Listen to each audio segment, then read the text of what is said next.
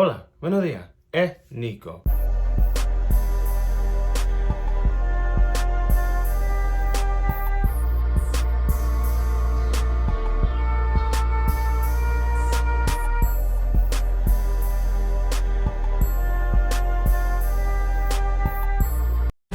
Y'all too gay. I never turn off. I'm so proud to be gay. You're not proud to be black? You tone down your blackness? You tone down your blackness? Your blackness embarrass you? Stop talking to me already. Okay. Just stop talking If you don't to me. tone down your Drink blackness, your drink. I would never tone down my Drink your drink gayness. and keep your legs crossed. Drink Drink your drink and keep your legs crossed. So today we're going to be talking about something that is very important and is also going to give us a quick deviation from the consistent OF performers, because I've been covering a lot of those stories recently. And this one is actually something that can pertain to all of our community rather than people that just watch adult cinematography. So, essentially, if you like this kind of content, make sure to follow me on Patreon at patreon.com/Nicosaesthetics, where you get exclusive videos weekly, you get YouTube early access, and you also get 2 weekly lives. On to the video. Sorry, I gotta plug that because I got bills to pay. So essentially, we're gonna be talking about this video that I just played off of Love and Hip Hop Real Housewives of Miami. I don't know. And you know what? I'm not one of those girls that's like, oh, I don't watch the Real Housewives, but I don't watch the Real Housewives. I don't watch Love and Hip Hop. I'm not a reality TV kind of girl. If you see me watching TV, it's usually anime or it's some kind of like haunting film, whether it be psychological thriller or actual horror. That's just the type of bitch I am. I've just never been into reality TV, but it did propose an interesting perspective. Obviously, we know all of these TV shows are scripted, but don't get on me.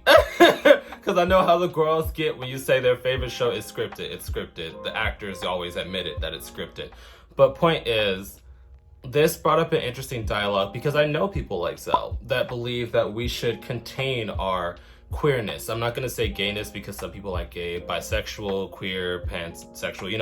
I use the word queer to identify all of us. If you don't use that word, just know that I'm talking about our community in general rather than consistently saying LGBT. I know people like Zell that believe that we should tone down our queerness, that we should not actively be open about our sexuality when it comes to being around heterosexual men. And I know people like that, and I also adopt that into my own life to a certain degree. I think I've told you guys, I am bisexual, but I'm also not that flamboyant when I'm out. My natural speaking tone is like monotone, it's a little deeper, but I actively add oomph and energy into my YouTube videos so that it's more engaging conversation-wise. Because if I talked in a monotone voice, you would eventually get tired of it. Most people do. So I just naturally blend in. I don't actively tone it down, but I do watch my verbiage. I watch what I say because I live in the South where crimes are still a thing. Yes, Houston is like a safer zone of Texas than it is for like, let's say Waller, Texas, which is like a small country town. That's where Sandra Bland unfortunately passed away. So it's not as hate-filled, because it is a lot more integrated, but I'm still in the South, so it's still dangerous. That's why whenever I go to family gatherings where it's not my immediate family, but just random people in my family that are heterosexual, I tone it down. When I go to the barbershop, I tone it down. When I go out to straight bars, I tone it down just because it allows me more safety. Because I've had friends who have been attacked because of their sexuality. There's certain words that you can't say on YouTube. So it's just a precaution for me. So I understand what Zell is saying, but he's saying it to the degree that it just isn't right to talk about it in front of a straight person.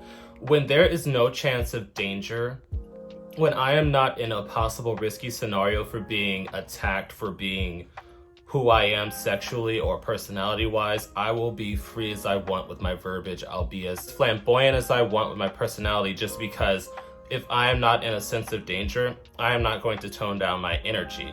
So I definitely understand where Jonathan is saying, where as a minority, as a fellow minority, because he's Latino and Zell is Black, I believe African American. I did not do my research on them as people because I'm talking about this scenario that's in the scripted TV show. That's why I didn't do my background on their ethnicities and such. So he's African American to my understanding. If not, I apologize for representing your nationality. So he said, as minorities, we understand what it's like to feel uneasy in spaces. So I don't understand why you would ask me to tone down my flamboyant energy. That's like somebody telling you to tone down your blackness. And I also have to acknowledge that, because no matter what part of the diaspora you are in, if you are raised in America, you are black in America, meaning you have to learn how to code switch. Nico, what's code switching? That's how you change your vernacular. You change your vernacular, your way of speaking, how you represent yourself when you are in different forms of company. Meaning, if I am with other black and brown people of color, I can be as, for a lack of better words, ethnic as I want. I can speak Spanish freely. I can use AAVE.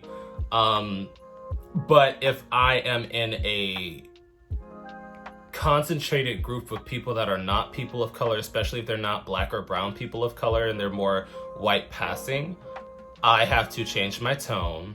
I have to change the way I speak. I can still speak Spanish if they speak Spanish, but it's more so, if you do not adhere to certain code switching, you are then deemed the ghetto one, the loud one, the aggressive one, and that trickles down into business. That's why when you see people in corporate positions, they know how to properly code switch if they are a black or brown person of color.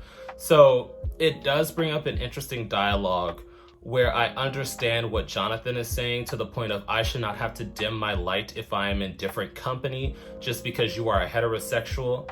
That has nothing to do with who I am as a person, because you are heterosexual.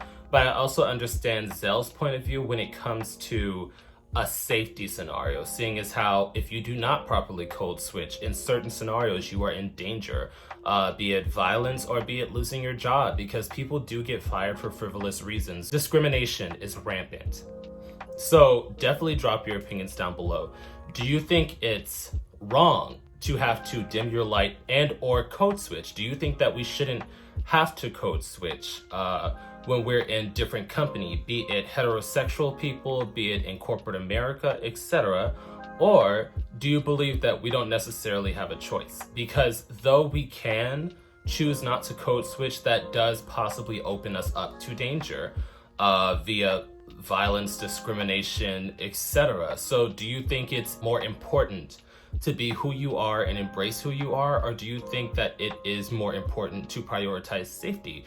Because I understand wanting to do either or, and this kind of trickles down into the DL conversation when we do have these, because it's also a situation of, do you want to be who you are, or do you want to still live in the security and safety of the social bonds that you've made under the guise of you being heterosexual? So it's definitely a deeper dialogue that can branch into different topics, and it's been a while since we've had a serious discussion like this. So I'd definitely like for you to drop your opinions down below.